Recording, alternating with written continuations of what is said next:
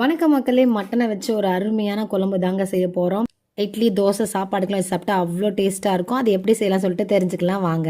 ஒரு குக்கர் எடுத்துக்கலாம். அதில் 2 டேபிள் ஸ்பூன் அளவுக்கு எண்ணெய் ஆட் பண்ணிக்கலாம். நல்லா எண்ணெய் சூடானதும் 2 கிராம்பு, பட்டை, ஒரு பிரிஞ்சி இலை, அன்னாச்சி பூ ஆட் பண்ணிக்கலாம். இதில் கட் பண்ணி வச்சுருந்த ஒரு பெரிய வெங்காயம் வந்து சேர்த்துக்கலாம். சேர்த்துட்டு நல்லா கண்ணாடி பதம் வர அளவுக்கு வதக்கலாம். நல்லா வதங்கிடுச்சு. இதில் கொஞ்சமாக கறிவேப்பிலை, நான் வந்து முருங்கைக்காய் எடுத்துக்கிறேன். இது ஆப்ஷன்ஸ் தான், வேணான்னா நீங்கள் ஸ்கிப் பண்ணிக்கலாம்.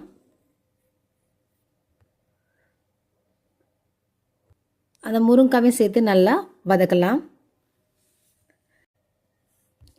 இதில் 1 டேபிள் ஸ்பூன் அளவுக்கு இஞ்சி பூண்டு விழுது. நல்லா இஞ்சி பூண்டோட வாசனை போனதும் கட் பண்ணி வச்சுருந்த ஒரு தக்காளி அதையும் சேர்த்து ஆட் பண்ணிக்கலாம். சரி, இந்த வெங்காயம் தக்காளி எல்லாமே நல்லா வதங்கட்டும். அதே சமயத்தில் மிக்ஸி ஜார் எடுத்துக்கலாம். அதில் 10லேருந்து 15 சின்ன வெங்காயம், ஒரு 10 முந்திரி, 1/4 டேபிள் ஸ்பூன் அளவுக்கு சீரகம், 1/4 டேபிள் ஸ்பூன் அளவுக்கு மிளகு, ஒரு பட்டை. இதை கொஞ்சமாக நீங்கள் கசகசா வேணால் ஆட் பண்ணிக்கலாம். சேர்த்து நல்லா அரைச்சிக்கலாம். இங்கே பாருங்கள், அரைச்சதை அந்த வெங்காயம் தக்காளியோடு சேர்த்து ஆட் பண்ணி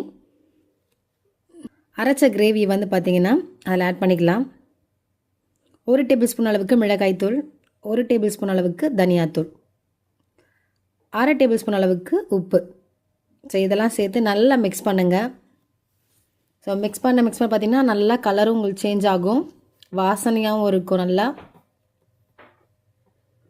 ஒரு 2 நிமிஷம் போல் அப்படியே ஸ்லோவில் வச்சிடலாம்.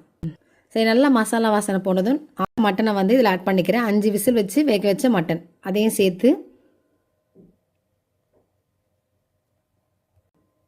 அவ்வளோதான், க்ளோஸ் பண்ணி வச்சிடலாம். ஒரு 2 விசில் வந்தோடனே நம்ம எடுத்துடலாம். சரி, இங்கே பாருங்கள், 2 விசில் வந்துச்சு. எடுத்து பார்க்கலாம். ஸோ அவ்வளோதான், ரெடி ஆகிடுச்சு மட்டன் குழம்பு. உங்கள் வீட்டில் செஞ்சு பாருங்கள். பிடிச்சிருந்தா லைக் பண்ணுங்கள், ஷேர் பண்ணுங்கள். தேங்க்யூ.